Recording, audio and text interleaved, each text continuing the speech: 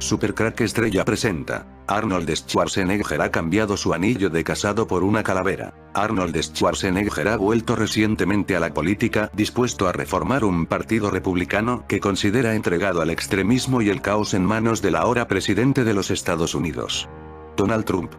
Por lo menos eso dice él. Parece que salió victorioso pues Donald Trump cayó del poder. Parece más bien una guerra entre reptilianos con puntos de vistas distintos. Schwarzenegger tiene los mismos años que Donald Trump, y llevaba 7 fuera de la política activa. Los dos son de origen ario. Dejó el puesto de gobernador de California en 2011 después de 2 mandatos, buscó la forma de presentarse a presidente en 2016, pero finalmente no lo intentó.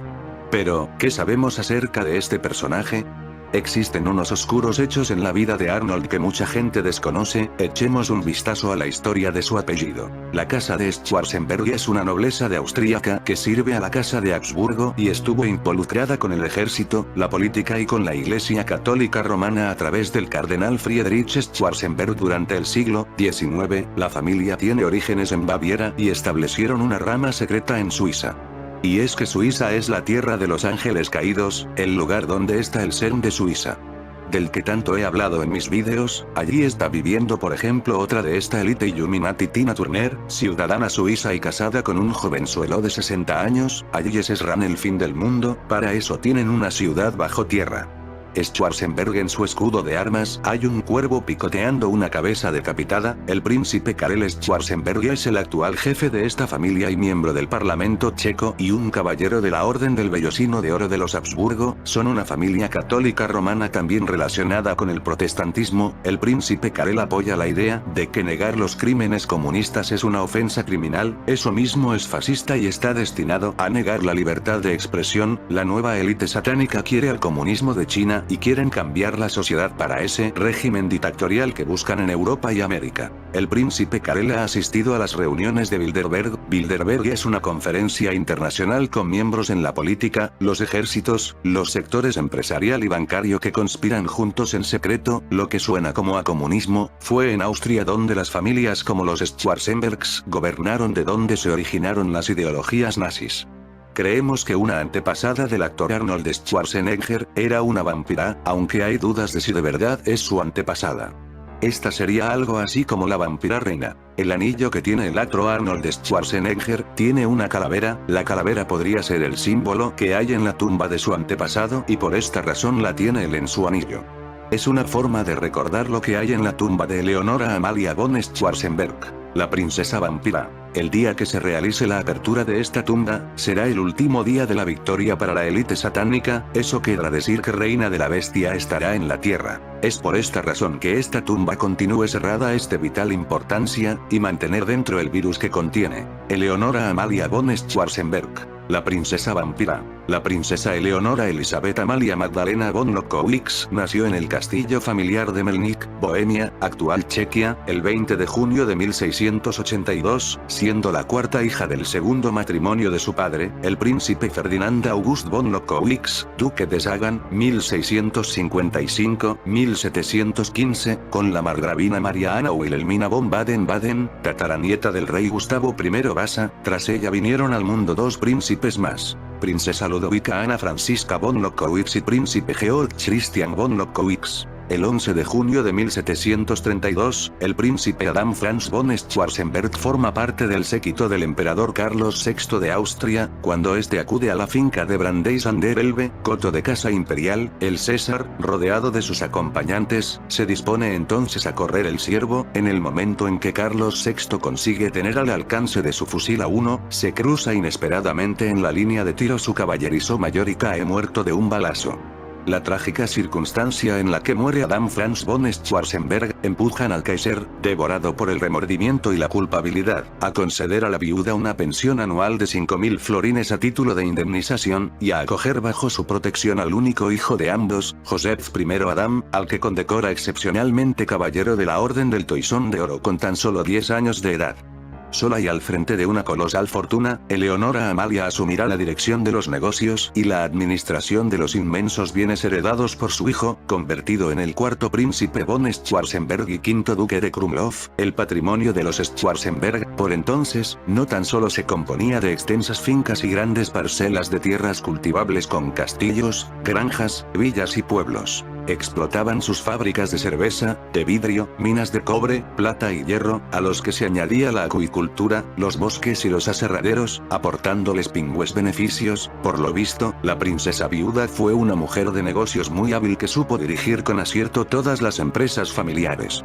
Pero, en los años siguientes, un extraño mal empezará a quejar a la princesa viuda. Su salud sufre un paulatino decaimiento, quejándose de pesadez en el estómago, de dolores intolerables en piernas y brazos, de dificultades respiratorias. Su físico se va demacrando irremediablemente. Sus médicos, que no conseguían dar con un diagnóstico serio de su mal, le iban recetando todo tipo de remedios medicinales tan ineficaces como estrambóticos. Hubo quien le recomendó fumar tabaco en pipa para aliviar sus dolores, cosa que hizo enseguida. Pero el consumo de tabaco no hizo sino empeorar su estado.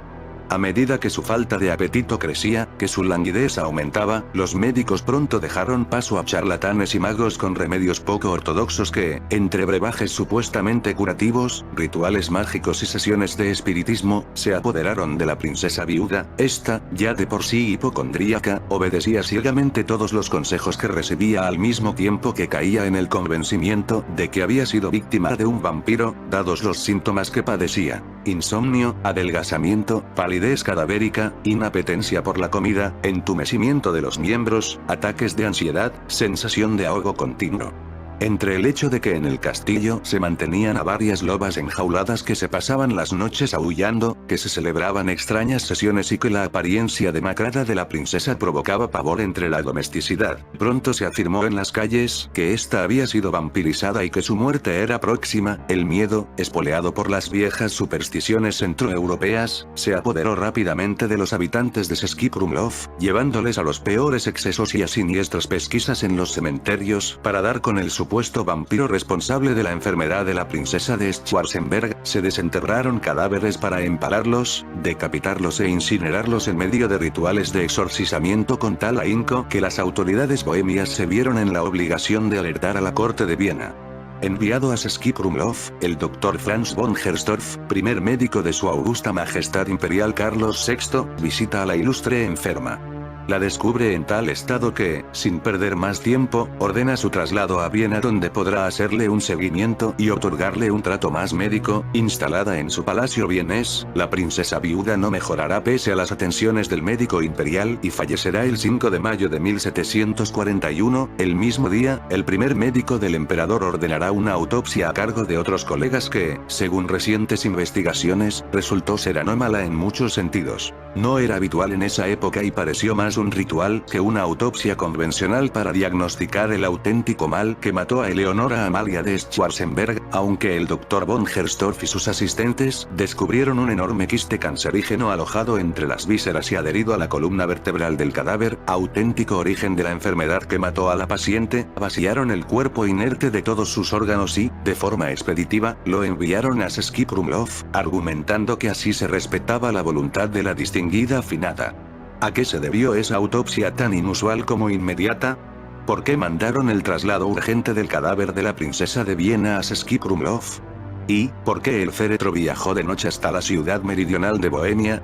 Se cree que, tanto el primer médico del Kaiser como sus colegas, temieron que el misterioso mal que había aniquilado a la princesa de Schwarzenberg, se propagara por toda la capital, y la medida de mandar el féretro con el cuerpo de la muerta a Krumau para que allí fuera sepultada, cuando el panteón de la familia se encontraba en Viena, resulta aún más inquietante. ¿Acaso debemos recordar la creencia de los muertos que mastican? Esos mismos que, tras masticar su mortaja, acaban por atacar los cadáveres de al lado. A todas luces, y pese al razonamiento científico que empezaba a imponerse entre los galenos, el miedo les dominó de tal manera que actuaron con más visceralidad que raciocinio. A eso se suma una inexplicable factura presentada a la familia Schwarzenberg por los médicos que asistieron a la autopsia del cadáver. 3.000 florines, y, para coronar el pastel, el féretro fue nocturnamente sepultado en la capilla de San Jorge, de Český Krumlov, bajo una hermética bóveda de cemento y sellada por una lápida que tan solo indicaba el nombre de pila de la muerta Eleonora. Oren por la pobre alma pecadora de Eleonora, la fecha del 5 de mayo de 1741, enmarcados por una corona principesca y una calavera sobre dos tibias entrecruzadas esculpidos en bajo relieve, como si pretendieran asegurarse de que no pudiera jamás salir de ahí la difunta. Esta es la famosa calavera que parece llevar el actor Arnold Schwarzenegger en su anillo. ¿Acaso es un antepasado del actor Eleonora Amalia von Schwarzenberg? La princesa vampira, el apellido es muy similar Eleonora Amalia von Schwarzenberg al de actor Arnold Schwarzenegger. Una familia de vampiros, los Schwarzenegger y Schwarzenberg. El anillo que tiene puesto el actor en su mano parece ser una referencia a la lápida de su antepasado, que tan solo indicaba el nombre de pila de la muerta Eleonora. Oren por la pobre alma pecadora de Eleonora, la fecha del 5 de mayo de 1741, enmarcados por una corona principesca y una calavera sobre dos tibias entrecruzadas esculpidos en bajo relieve. El anillo muestra la calavera sobre dos tibias. Cuando esta lápida de su antepasa sea levanta, el virus saldrá y los muertos se levantarán de sus tumbas como zombies. En el servicio fúnebre, ni siquiera se presentó el hijo de la difunta, como tampoco asistieron parientes o nobles vecinos. El terror fue tal que nadie se atrevió a presenciar la ceremonia a excepción del cura oficiante, los monaguillos, los soldados y los curiosos locales. Eso sí, se ordenaron decir más de 100 misas para asegurar el descanso del alma de Eleonora y, acto seguido, cayó su recuerdo en el más absoluto olvido. Tras su muerte, los habitantes de Český Krumlov sucumbieron al pánico, temerosos de que la muerta vampirizada no fuera más que la primera víctima de un escurridizo a la par que poderoso vampiro que empezaba a enseñorearse por la ciudad. Las exhumaciones de cadáveres de supuestos vampiros se multiplicaron por todos los cementerios de la región, para ser estacados, decapitados y quemados en pilas por toda Bohemia. La psicosis popular llegó a tal extremo que aquellas prácticas tuvieron eco hasta en París y Londres. En Viena, la emperatriz María Teresa, asombrada por las noticias que le llegaban, ordenó a su médico personal, Gerhard van Swieten, que viajara hasta Bohemia para investigar si el vampirismo era un hecho real e innegable. Basándose en su razonamiento científico e ilustrado, van Swieten acabó por rebatir la existencia de tales seres, calificándolos como fruto de la imaginación supersticiosa del pueblo checo. Al dar semejante carpetazo al asunto, la soberana ordenó, mediante un edicto imperial, que cesaran las profanaciones de tumbas y todas aquellas macabras prácticas ligadas al vampirismo. 1755. En 2007, se realizó un interesante documental sobre el caso de Eleonora Amalia de Schwarzenberg, bajo la dirección del austríaco Klaus Steinle, titulado La princesa vampira, en un intento de esclarecer la leyenda y la tesis del vampirismo que envuelve, desde 1741, la figura de la aristócrata checa, y exponer la posibilidad de que su historia inspirara a Bram Stoker para escribir su famosa novela. En 1848, la familia Schwarzenberg abandonó su palacio de Český Krumlov para trasladar su residencia en Hluboká, donde habían reconstruido un castillo más confortable, moderno y más al gusto de su época. El vetusto palacio fue entonces relegado a la categoría de museo familiar que, en raras ocasiones, era visitado por la familia. El Dr. Gerhard van Swieten, 1700-1772, médico holandés natural de Leiden, era un investigador nato que se interesaba por la anatomía, la patología, la neurología y las enfermedades venéreas, e incluso investigó los informes de los monjes benedictinos sobre el vampirismo, de entre los cuales sobresalía el famoso Dom Augustin Calmet, llevándole inicialmente a sostener la realidad de los vampiros en la Convención de Belgrado. Para ello, se basó en algunos casos de cadáveres incorruptos y de muertes sospechosas en los alrededores de los cementerios en Austria. Sin embargo, acabó por abandonar sus investigaciones sobre casos de vampirismo por dos motivos. Por repugnancia y porque el tema le superaba. El escritor Bram Stoker se habría inspirado en él para crear el personaje del profesor Van Helsing para su Drácula. La inscripción dice: Die arme Sunderin Eleonora, que traducido significa, la pobre pecadora Eleonor. En esta tumba hay algo misterioso. Sabemos que los demás miembros de la familia Schwarzenberg están enterrados en la cripta familiar de Viena. Eleonor fue la única enterrada aquí. Existe una antigua leyenda sobre los vampiros titulada De Masticatione Mortuorum, sobre los muertos que mastican. Los muertos que mastican empezaban comiéndose sus mortajas, y luego atacaban los cadáveres cercanos, quizás por eso la familia quisiera asegurarse de que Eleonor fuese enterrada lejos de ellos. El regreso de la princesa muerta debió haber sido una sorpresa para la gente de Krumlov, la ciudad era un hervidero de rumores sobre los vampiros. ¿Quién había infectado a Eleonor? ¿Dónde volvería a atacar? La gente se lanzó a la casa de los vampiros, se aseguraron las casas, se colocaron ajos y cruces para buscar protección. Tras la muerte de Leonor en 1741, ella desapareció de la historia, pero su tumba puede ofrecernos una última pista. ¿Tuvo el entierro de una aristócrata o de un vampiro? Utilizando un georadar nos reveló una anomalía. Un bulto extraño unos centímetros por debajo de la lápida donde debería estar el ataúd, al parecer es una estructura sólida que cubre el ataúd. Para descubrir lo que es, los científicos consiguen permiso para abrir la tumba y excavar, están a punto de hacer lo que más temía la gente de Ski Krumlov, los científicos abren la tumba e inmediatamente descubren algo. Fragmentos de huesos humanos, la tumba de Eleonor estaba recubierta de tierra de cementerio. Es terreno sagrado, tierra sagrada. Comprueban que bajo la tierra hay un bloque de cemento, perforan el cemento y se disponen a introducir una cámara en la tumba. La cámara revela 2 siglos y medio después de su apresurado enterramiento el ataúd de la princesa vampiro. La investigación demuestra que la familia de Leonor no corrió riesgos. Se emparedó el ataúd, se enterró bajo tierra sagrada y se selló con una lápida colosal, querían asegurarse de que no escaparía nunca. Tras la muerte de Eleonor, la histeria de los vampiros llegó a tales extremos que la emperatriz María Teresa encargó a su médico personal, el gran reformador de la medicina, Gerald L.B. van Swieten, que fuese a Bohemia en 1755 en una misión de búsqueda de vampiros. Su conclusión fue que los vampiros solo aparecen donde aún reina la ignorancia y que no habían pruebas reales de su existencia. Arrojó la luz de la ciencia sobre el vampirismo, la era de la razón había llegado a los confines del Imperio Austríaco. Basándose en dicho informe, María Teresa decretó la prohibición de las medidas contra los vampiros: decapitación, empalamiento o quema de cadáveres. Las historias de vampiros pasaron del mundo real al de ficción. Las leyendas y cuentos de terror suelen tener raíces históricas, el emplazamiento histórico del mito del vampiro no está en la distante Transilvania, sino aquí, en el corazón de Europa.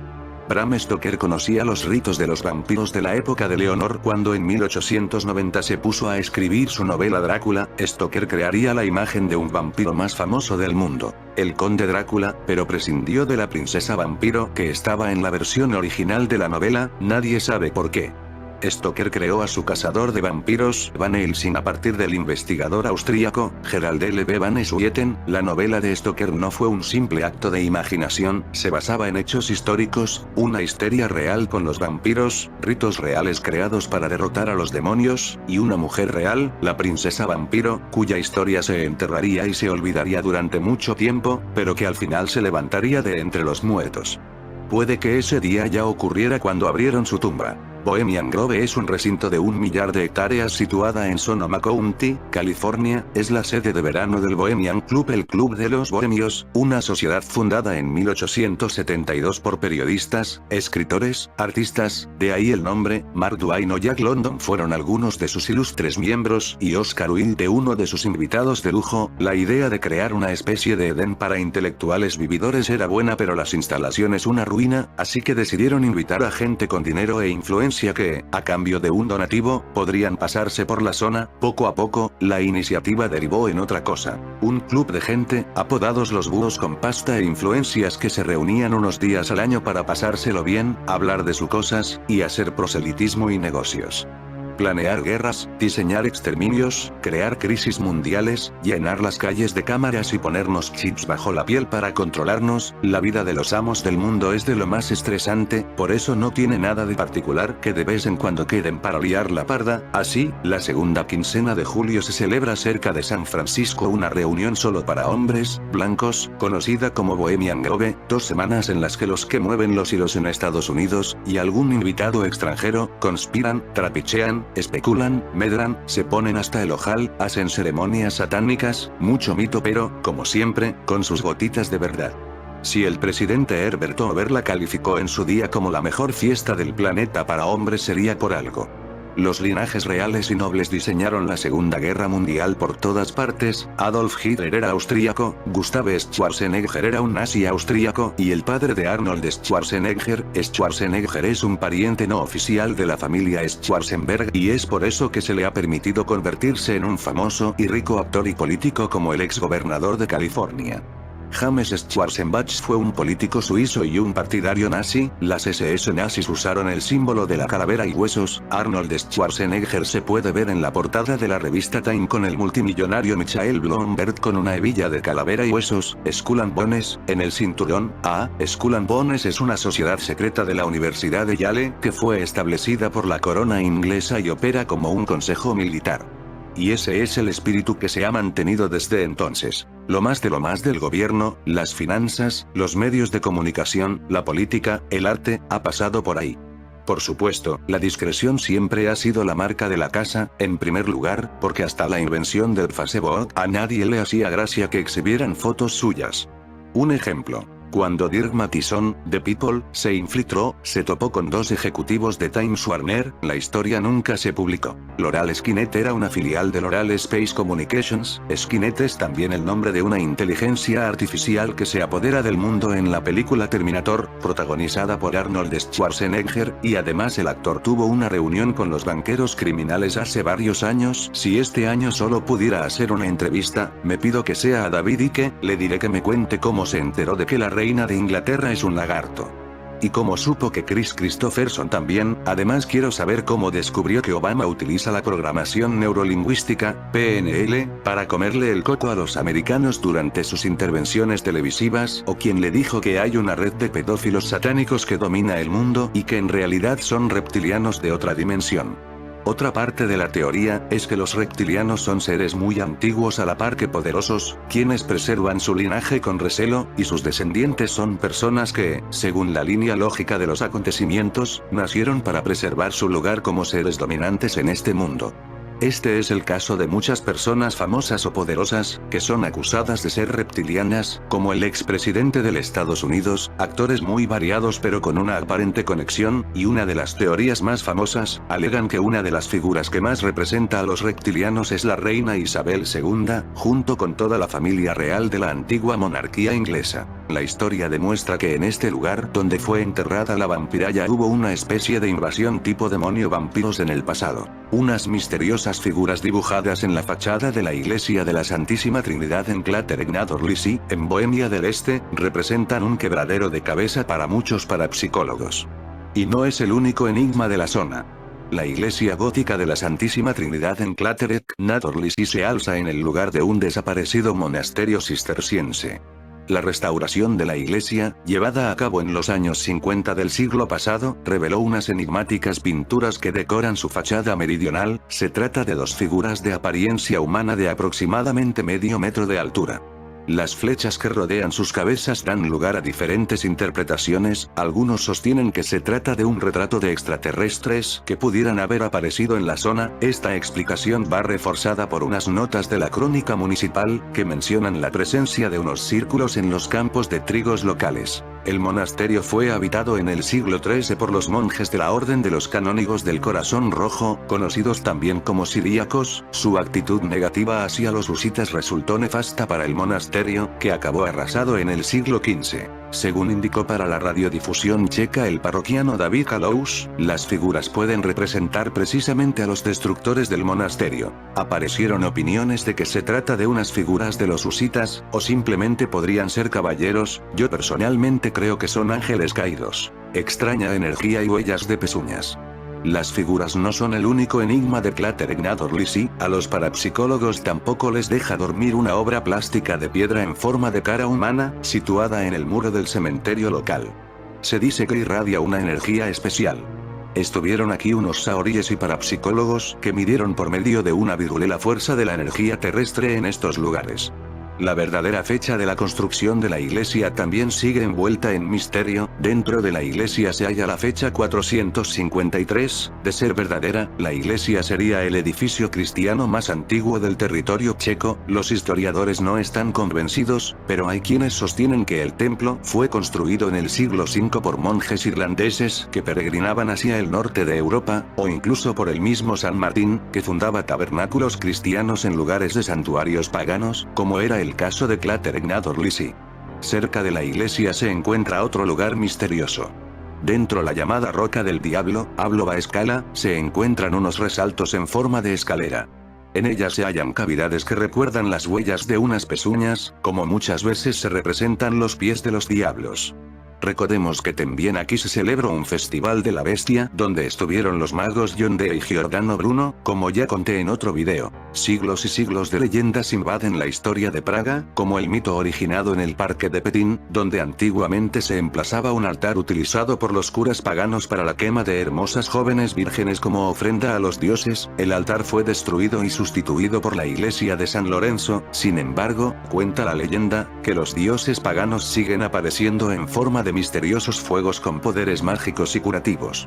La leyenda más conocida, sin embargo, quizás sea la de Fausto que, a cambio de conocimiento ilimitado y el goce sin fin de placeres mundanos, vendió su alma al diablo por 24 años. Transcurrido el tiempo, el diablo se llevó a Fausto a través de un agujero del techo de su casa que, según cuentan, estuvo visible durante muchos años. A día de hoy, se pueden observar en las paredes de dicha casa, símbolos alquimistas y frescos que representan el sistema solar o al legendario Fénix. Pero Praga no es solo lugar donde escuchar historias, sino también el escenario real en el que vivir espeluznantes experiencias como la caminata zombie, la más grande de República Checa. Se trata de una caminata donde miles de personas, disfrazadas de zombies, recorren las calles de la ciudad, aterrorizando tanto a locales como a turistas desprevenidos, y es que la élite sabe que cuando se descubra y se abra la lápida de la vampira reina un gran virus creará los zombies de la nueva era. Era 1755. Un nuevo escándalo azotó a la corte vienesa. Llegaron rumores de una nueva profanación de tumbas en Hermesdorf, una ciudad entre Moravia y Silesia. El 19 de enero de 1755, los pobladores extrajeron el cuerpo de Rosina Lolakin, lo atravesaron con una estaca, decapitaron y quemaron. Rosina había muerto el 22 de diciembre del año anterior. La emperatriz María Teresa de Austria decidió poner fin a esa ola de desenterramientos, que había causado una especie de histeria colectiva en la población. Era la era de las luces.